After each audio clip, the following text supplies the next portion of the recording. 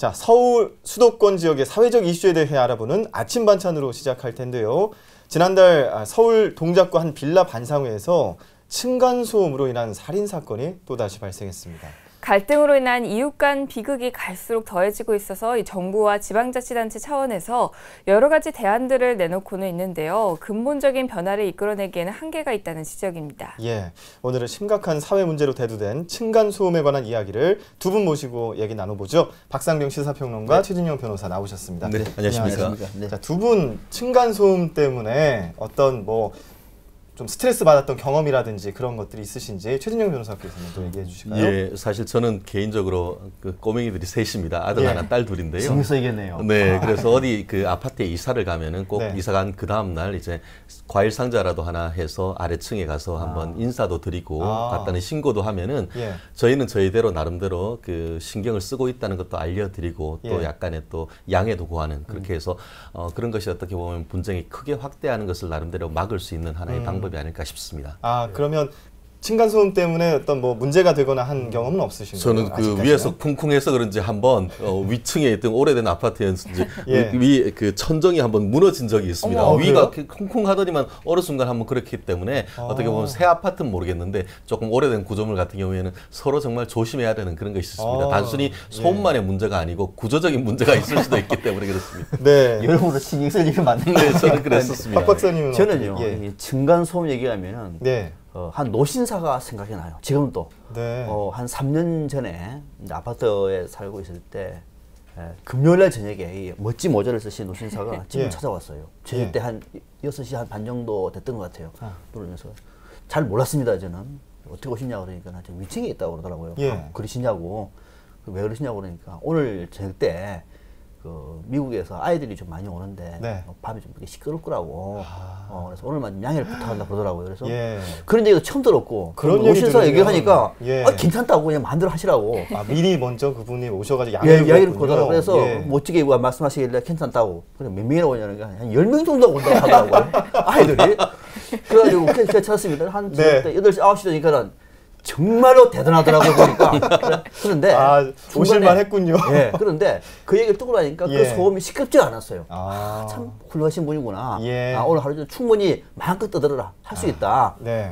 그렇게 하루 보낸 적이 있는데 그래서 이제는 층간소음 얘기하면은 얼마나 좀 그런 좋은 미담들이 우리 사회에 공유되면은 아주 그 불상사가 날 일이 없는 것 같거든요. 지금도 그 노신사가 생각이 납니다. 이런 훈훈한 이야기를 오늘 전하면 참 좋을 것 같은데 안타깝게도 지난달 그 서울 동작구 한 빌라 1층에 살던 40대 A씨가 2층에 살던 48살 이모 씨의 흉기질로 사망하는 사건이 발생했는데요. 평소 층간소음 문제로 갈등을 빚어오다가 이런 사건이 발생했다고 하죠. 참 이거는 저도 전혀 반대의 경우인데 예. 네. 경찰이 전한 내용은 이런 겁니다. 이제 서울 동작구 사당동 한 빌라 2층에 이제 거주했던 이모 씨가 지난달 14일이었습니다. 오후 6시 30분쯤에 1층에 거주하는 이 A씨, 나이가 40살인데 또 A씨의 어머니, 65살 어머니입니다. 예. 흉기를 휘둘렀습니다. 네. 이로 인해서 A씨는 숨졌고요. 이 B씨는 중상을 입어서 인근병원으로 이송이 된 이런 사건인데 네. 이 씨는 자신의 집에서 이제 반상회를 하던 중에 아래층에 거주하는 A씨 가족 등이 찾아와서 평소 층간소음 문제로 피해를 입고 있다. 이렇게 말을 하니까 홧김에 부엌에 있던 칼을 가지고 와서 휘둘러서 사망하는 이런 일이 벌어졌습니다. 반상회 자리였으면 사람들도 많았을 텐데요. 이런 일이 벌어졌어요. 아마 이 자리에서 모이니까 작심을 하고 찾아온 것 같아요. 그러니까 네. 이날 이 층간소음 문제로 처음 다툰 것이 아니고 이전에도 몇 번 이런 경우가 있었다고 합니다. 그러니까 서로 감정이 좋지 않는 상태였습니다. 그래서 이 씨는 반상회에 참여했던 다른 주민들의 신고로 경찰에 붙잡히긴 했는데 앞서 제가 말씀드린 것처럼 조금만 더 얘기가 잘 됐으면 칼부림까지 있을 정도는 아니었거든요. 그러게요. 미리 좀 잘 풀지 못했던 것이 화근이 된 것 같습니다. 네. 그런데 또 사실 이렇게 층간소음으로 인한 살인 사건이 이번이 처음이 또 아니라고 합니다. 그렇죠. 층간소음 증가 추이와 서울과 수도권에서 발생했던 사례들을 좀 소개해 주시죠. 네, 제가 깜짝 놀랐습니다. 이번 통계를 보고 보니까 그 서울시에 있는 층간소음 이웃사이 센터라는 데가 있는데요. 거기에 최근 3년간의 상당 건수를 봤더니만 2012년에 7,021건, 그리고 2013년에 15,450 5건 그리고 2023년 작년에는 16,370건으로 지속적으로 계속 증가 추세에 있는데요. 네. 올해 같은 경우에는 지금 4월까지만 했을 때에 벌써 한 6,195건에서 이 추세라고 한다고 하면은 올해는 거의 2만 건이 넘을 가능성이 있다 이렇게 보이고 있습니다. 네. 그리고 국민권익위원회의 보고서에 따르면은 국민 10명 중에 9명이 층간 소음으로 인한 스트레스에 받고 있으면서 그 중에 또 절반이 이웃과 실제로 다툼을 벌인 그런 경험이 있다 이렇게 나와 있는데요. 실제로 우리 그 서울 같은 경우에 재작년이죠. 2013년 2월 설날 인근이었는데 면목동 한 아파트에서 설 연휴를 맞아가지고 부모님을 찾았던 형제가 이게 좀 시끄러웠는지 아래층 사람하고 이제 다툼이 벌어졌는데 결국 그 집은 아니고 앞에 아파트 화단에 나가서 거기에서 칼불이 나와서 사람이 사망했는 그런 사건이 있고요. 네. 실제로 그리고 작년 4월 같은 경우에는 아버지 제사를 위해 가지고 도봉구 창동에 이제 그서 제사를 지내던 중에 또 층간 소음이 일었고 또 그 흉기를 휘둘러 또 살해하는 사건이 있었고 서울뿐만 아니고 또 보면은 지난달 9일에 남양주에 있는 이건 다세대 주택인데요. 실제로 보면은 아파트보다 다세대 주택이 층간 소음에 좀 그 취약하다 보니까 이 다세대 주택에서 층간 소음이 발생했는데 계단의 홧김에 불을 질렀다고 합니다. 다행히 이제 스프링클러가 그 작동이 돼서 큰 불은 그 벌어지지 않았다고 하는데 이처럼 보면은 사실 뭐 우리가 그 여름 같은데 좀 짜증이 나고 해서 그럴 것 같은데 반드시 여름이나 이런 때가 아니고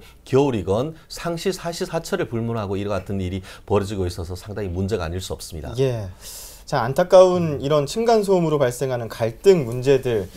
그렇다면 그 유형은 어떤 건지 또 알아볼 필요가 있을 것 같은데요. 뭐 예를 들자면은 밤늦게 세탁기를 돌리거나 음악을 크게 듣는 것도 층간소음 중에 원인이 될 수가 있을 것 같고요. 아이들 뛰어노는 것도 있을 수 있을 것 같은데 통계치가 있죠? 통계치 있습니다. 네. 한국환경공단이 층간소음이 원인이 뭐냐를 한번 조사를 해봤는데요. 네.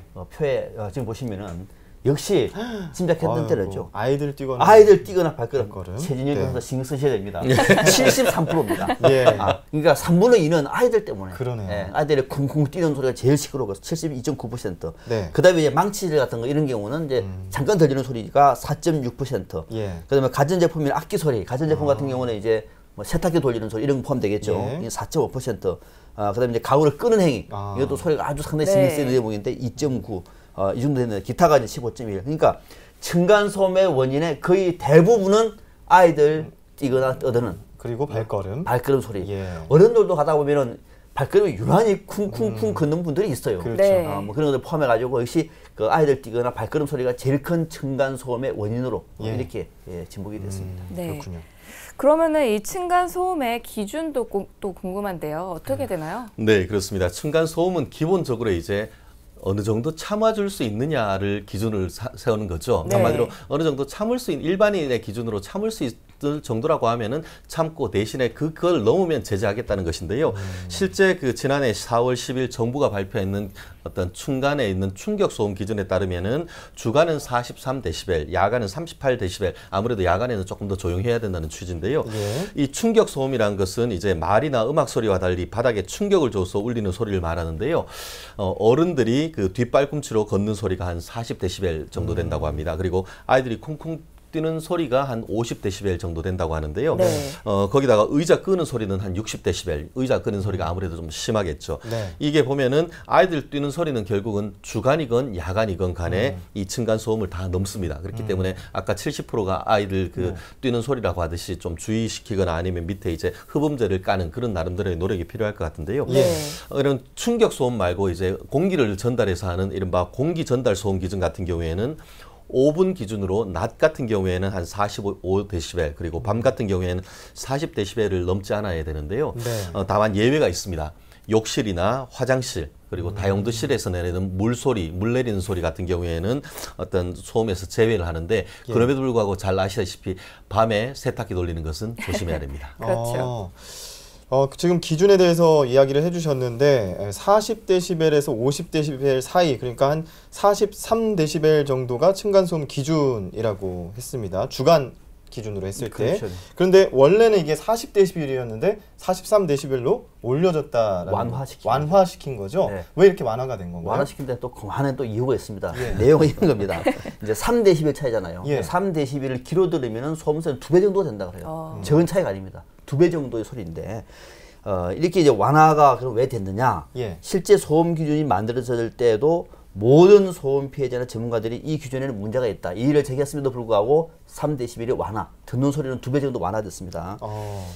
이거는 뭐냐면은 건설사들의 민원을 들어주기 위해서 그러지 않았느냐라고 하는 해석이 더 많아요. 뭐냐면 이런 겁니다. 지금 세대 간의 기준은 2014년 6월에 나왔습니다만은 네. 이 아파트의 바닥 기준은 2005년 7월 1일에 발표가 됐다 그래요. 2005년 10년 전입니다. 예. 그러니까 공동주택 전체적으로 이거 층간소음에 문제가 있다. 한번 조사해보자 해가지고 만약에 예를 들어서 주간에 40이 되면은 이거는 문제가 생긴다. 그래서 이걸 43으로 완화하면은 아무래도 건설사 입장에서는 유리해지겠죠. 예. 그래서 바꾼 것 아니냐라고 하는 지적도 있고요. 예.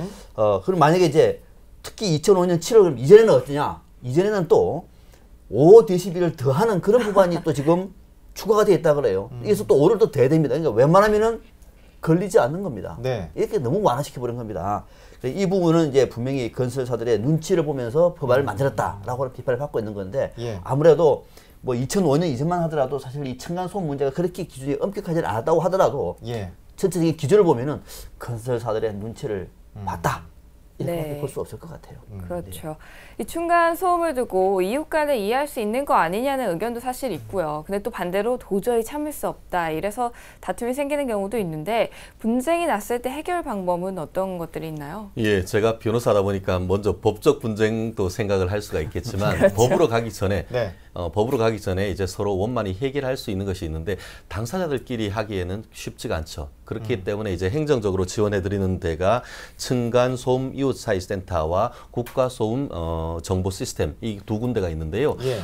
다른 많은 것 생각할 거 없이 층간 소음 이웃 센터 같은 경우에는 전화번호가 1661-에 2642번입니다. 이웃 사이. 네, 이웃 사이. 거기에 전화하면은 전문가들이 와서 현장 피해가 어떤지를 상황을 확인을 하고 이웃 사이에 좀 중재를 해주는 그런 기능을 하고 있습니다. 예. 그리고 그거에도 불구하고 확인이 안 되면은 이 국가소음 정보 시스템이라는 데가 있는데요. www.noiseinfo.or.kr입니다. 여기에 네. 들어가 보시면은 나름대로 이와 관련되는 나름대로 좋은 정보들이 저도 좀 들어가 봤습니다. 굉장히 많이 있습니다. 그렇기 때문에 그걸 통해 가지고 이제 소음 접수를 해서 어떤 분쟁 해결이 가능한데 말씀드린 대로 이제 서로 협조가 안 되면은 부득이 어떤 이 사건 같은 경우에는 뭐 형사 경찰서에 고소도 가능한데요. 예. 만약에 밤에 라디오나 그를 크게 틀어놓거나 아니면은 뭐 노래를 크게 지속적으로 한다고 하면은 경찰에 이른바 경범죄처벌법상의 인근 소란죄로 이제 신고를 할 수 있는데 네. 아주 처벌이 높은 건 아닙니다. 범칙금 3만 원인데요. 네. 문제는 이렇게 우리가 보복적 감정을 좀 이걸로 통해서 만족시킬 수 있지만 그것이 오히려 더 큰 범죄로 이어질 수 있기 때문에 법적으로 가는 것보다는 이와 같은 어떤 제3자의 조정 기능을 통해서 예. 원만하게 해결하는 것을 저희가 권할 수밖에 없습니다. 네. 그렇군요. 뭐 일단 그렇게 해서 이제 법적으로 가지 않으려면은 어느 정도 이제 좀 조정이 서로 간에 필요할 수 있을 것 같아요. 그래서 지자체별로 환경 분쟁 조정위원회가 있는 것으로 알고 있는데 만약 층간소음 문제 이렇게 민원을 제기했을 경우에 조정위원회에서 어떻게 해결해 줄 수 있나요? 예, 사실 말씀하신 대로 환경분쟁조정위원회가 있습니다. 네. 그래서 법원으로 가기 전에 서로 분쟁을 조정을 해서 서로 원만한 합의를 이끌어내기 위한 조직인데요. 네. 실질적으로 층간 소음 피해자 같은 경우에 지자체에 민원을 제기할 경우에는 얼마나 소음이 되는지 나름대로의 자료를 제공을 해야 되는데 예. 실제로 사설 업체에 의뢰해서 소음 측정을 한다라고 하면은 한 1시간 정도에 40만 원 그리고 24시간 하루 정도 측정하면 한 70만 원 정도 비용이 든다고 비용이 합니다. 드네요. 그렇기 때문에 네.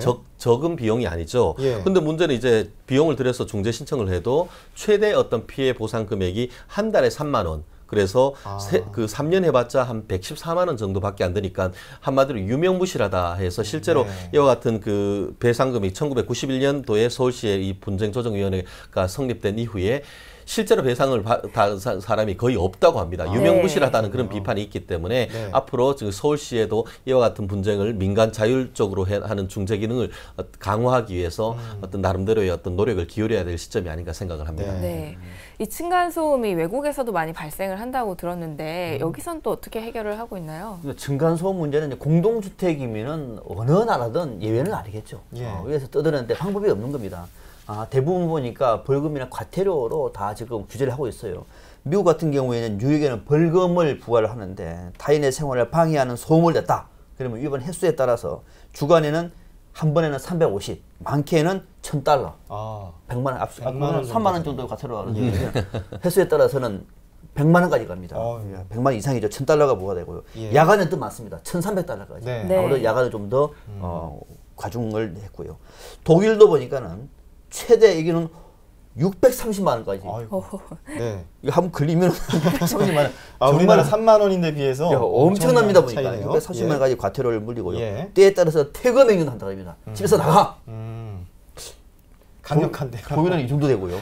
또 프랑스는 보니까는 24시간 소음 중재센터를 운영을 한다 그럽니다. 예. 벌금도 물리고 그래서 아마 우리나라뿐만 아니라 대부분 외국에서도 이런 문제는 같이 발생하고 있고 우리보다도 엄격하게 과태료라든지 벌금을 통해서 규제를 하고 있구나 이렇게 보시면 실제 되겠습니다. 제가 시카고에서 예. 유학 생활을 할 때 시내에 있는 아파트에 살았습니다. 근데 그거 같은 경우에는 들어갈 때 리스 계약서에 보면은 그 굉장히 약정에다 다 체크를 합니다. 그래서 층간 소음 발생하지 않도록 문제를 하고 이웃에서 결국 몇 번 이상 어떤 그 경고가 오면은 나가라고 해서 그런 네. 식으로 해서 어떤 예. 형법적으로 가기보다 이 계약법적으로 해서 하기 때문에 어떻게 보면은 나름대로 어떻게 보면 그 미리 어떤 그런 계약 관계를 통해서 분쟁을 해결하는 그런 모습을 봤는데요. 우리나라 같은 경우에도 단순히 주민들 간의 규약을 넘어서 어떤 그런 어떤 그 임대차 계약할 때 그와 같은 부분을 좀 더 넣어서 계약적으로 해결하는 것이 조금 더 합당하지 않은가 생각을 해봅니다. 네. 그렇군요. 일단 이렇게 해외에서는 과태료를 많이 부과하기도 하고 강제 퇴거 조치도 하고 하는데 우리나라 같은 경우에 이제 층간 소음으로 법적 분쟁이 발생하기도 하죠. 어떤 사례들이 있나요? 아, 정말 제가 아침에 이런 말씀을 드려야 되느냐 할 정도로 정말 끔찍한 일들이 굉장히 많습니다. 네. 어떻게 보면은 그 작은 싸움이 큰 싸움으로 벌어지는 것인데요. 아까 말씀드렸듯이 지난 5월 같은 경우에는 서울에서 층간 싸움을 벌이다가 그 위층 그 이웃을 흉기로 찔러서 살해했는 사람이 있는데요. 그냥 하는 게 아니고 아주 흉기 휴대 살해이기 때문에 1심에서 네. 15년의 징역형 굉장히 그 센 형입니다. 네. 그렇게 선고를 했었었는데 최근에 이제 서울고등법원에서 조금 형을 감경해서 10년의 징역형을 선고를 했는 케이스가 있는데요. 예. 그거 이외에 작년 10월 달에 대전 같은 경우에도 층간 소음으로 시비를 벌이다가 흉기로 위협했던 40대에 대해서 어제 1심에서 징역 1년 6월에 집행유예 2년이 선고된 케이스가 있고 네. 대구에서도 그 층간 소음 분쟁 끝에 가스총을 쐈는 50대 여성이 여성인데 이게 참 굉장히 그 속이 상했던 모양인데요. 징역 6월에 집행유예 2년을 선고받은 케이스가 있고 네. 또 지난주 같은 경우에는 울산지방법원에서도 이와 같은 유사한 일로 위층 부부에게 둔기를 뭐 망치를 휘둘렀는지 뭐를 휘둘렀는지 해서 사람을 살해했는 혐의가 있었는데 기소를 해서 징역 4년을 선고를 받았다고 합니다. 아시다시피 어떤 그런 이런 흉기 휴대나 이와 같이 사람을 살해했을 경우에는 법정형이 5년 사형 무기 5년 이상의 징역입니다. 그렇기 네. 때문에 아무리 못해도 5년 이상의 실형을 받을 수 있기 때문에 정말 이런 일은 정말 피해야 된다 이렇게 말씀드리고 싶습니다. 네. 이 층간 소음 소송을 하더라도 사실 그 결과가 또 만족스럽지 않으면 서로에게 상처받게 줄 수 없는 그런 소송이 될 텐데 이웃 간의 합리적인 대화를 통해서 분쟁 문제를 좀 해결하는 데 도움을 주기 위해서 최근 서울 YMCA 이웃 분쟁 조정 센터가 흥미로운 자료를 또 발견을 했다고요? 네, 그렇습니다. 제일 좋은 거는 법률로 가기 전에 대화를 하는 것이 제일 좋죠. 맞아요. 그럼 어떻게 할 것인가의 문제인데 네. 2011년에 퀸즐랜드 주정부 법률가협회 주관으로 해서 퀸즐랜드 대학교 과학기술부 교수진이 개발을 했다 그래요. 이웃 분쟁 조정 설명서는 이 설명서를 이제 번역해 내놓은 겁니다. 지금 화면에 보시면 뭐 대단한 내용은 아닌데요. 예. 간단하게 설명을 드리면 이런 겁니다. 자, 먼저 1번. 이웃을 만납니다. 사전에 약속을 해야 되겠죠. 예. 갑자기 만납시다가 아니라 언제쯤 시간 되십니까? 오늘 뭐 한잔 하십시다 이렇게 약속을 하고 난 다음에는 그다음 내 관점에서 문제를 설명하는 겁니다. 나의 관점에서 나는 밤에 9시 되면은 잠을 못 잡니다. 뭐 이런 식으로 얘기를 해서 충분히 설명하고 난 다음에 그다음에 상대방의 관점에서 또 얘기를 좀 들어보는 겁니다. 네. 상대방은 어떤 생각을 하고 있는가? 그 정도까지 뭘 그러시냐? 너무 민감하시네요. 뭐 이렇게 말을 절지지를 한번 들어보고 난 다음에 상대방하고 대화가 되면은 합의 성공이죠. 예. 세부 합의 내용을 기록을 조정을 해서 앞으로 이걸 앞으로 하지 말자 이렇게 이제 절차를 만들 수도 있고 또 합의 내용을 적어가지고 실행이 되는지 안 되는지 지난번에 예. 말씀하셨는데 잘 안 되고 있습니다. 이거 하면 되겠죠. 네. 만약에 합의에 실패할 경우에는 이제 조정 네. 절차에 들어가는데 이 당사자들의 주장을 청취를 하고 안건이 어떤지를 좀 탐구를 해서 네. 개인 상담을 실시하고 양쪽 협상을 하고 그 협상에 되든 안 되든 마지막에 해법을 제시하는 이런 방식이거든요. 예. 이거는 하나의 로드맵이라고 보시면 될 것 같아요. 충분히 생각할 수 있는 대목인데 이대로만 해결되면은 문제가 없습니다. 그냥 대화로 끝하는데 만약에 안 되면은 그래도 안 되면은 최종인 변호사한테 소송을 할 수밖에 없는 오십시오. 네, 그렇습니다. 자, 그러면 이제 층간소음 문제 어떻게 보면 정부가 해결해 줄 수 있지만 그렇지 못한 경우들도 분명히 있습니다. 시민단체들도 나서서 해결해 주려고 하고 있죠. 네, 그렇습니다. 지금 서울시 같은 경우에도 보면은 그 층간소음 전문 컨설팅단을 지금 꾸렸다고 하는데요. 네. 나름대로 좋은 시도인 것 같습니다. 특히 이제 말씀드렸듯이 어떻게 보면 해결 창구가 제한적인 어떤 이 분쟁을 해결하기 위해서 층간소음 소음 측정 전문가 그리고 또 갈등 해결 전문가로 해서 한 20여 명으로 해서 말씀드린 대로 층간소음 전문 컨설팅단을 꾸렸다고 합니다. 예. 여기에 이제 신청을 한다고 하면 현장 방문해서 민원을 상담을 해주고 또 기술적 자문, 예방교육, 주민협정 같은 것들을 지원해준다고 하는데요. 일단 가서 얘기를 한번 들어보고 서로 자율적인 해결이 가능하다고 하면은 말씀드린 대로 분쟁 해결 전문가들이 어떤 자율 협약 같은 걸 체결할 수 있도록 도와주고 만약에 그럼에도 불구하고 분쟁이 계속된다고 하면은 자치구에 있는 공동주택관리분쟁조정위원회라든가 환경분쟁조정위원회로 사건을 넘겨서 네. 그것들을 이제 옆에서 서포팅 해준다고 하는데요. 이러한 점들을 우리 서울 시민들이 잘 알고 조금 더 적극적으로 활용을 해서 분쟁을 좀 줄였으면 하는 바람입니다. 네.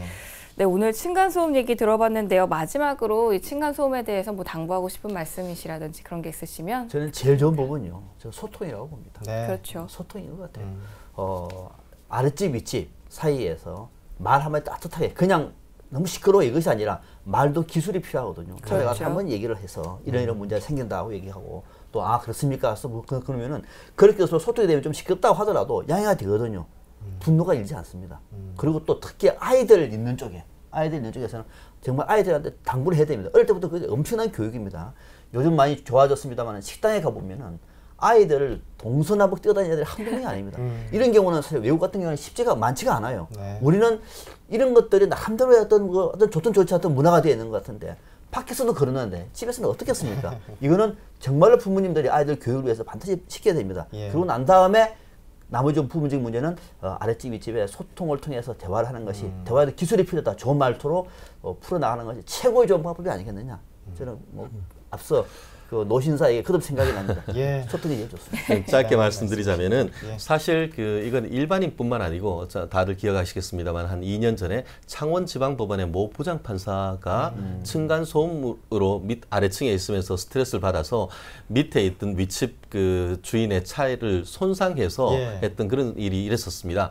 물론 그 층간소음이 있어서 그와 같은 일을 했다는 점에 대해서는 굉장히 큰 비난이 일었지만 어떤 우리나라의 어떤 가장 지성인이고 하는 판사조차도 어떤 층간소음에 그렇게 민감할 수밖에 없었다 할 정도로 보면은 이 네. 문제가 심각하다는 것을 간접적으로 알 수 있는데요. 네. 말씀드린 대로 배려, 서로 이제 먼저 이제 다가가는 그런 모습이 필요하고 공동주택 같은 경우에는 더더욱 어떻게 보면은 나름대로의 서로의 규약 같은 것들을 만들어서 규칙을 지키기 위한 그런 노력도 함께 병행해야 된다고 생각을 합니다. 네.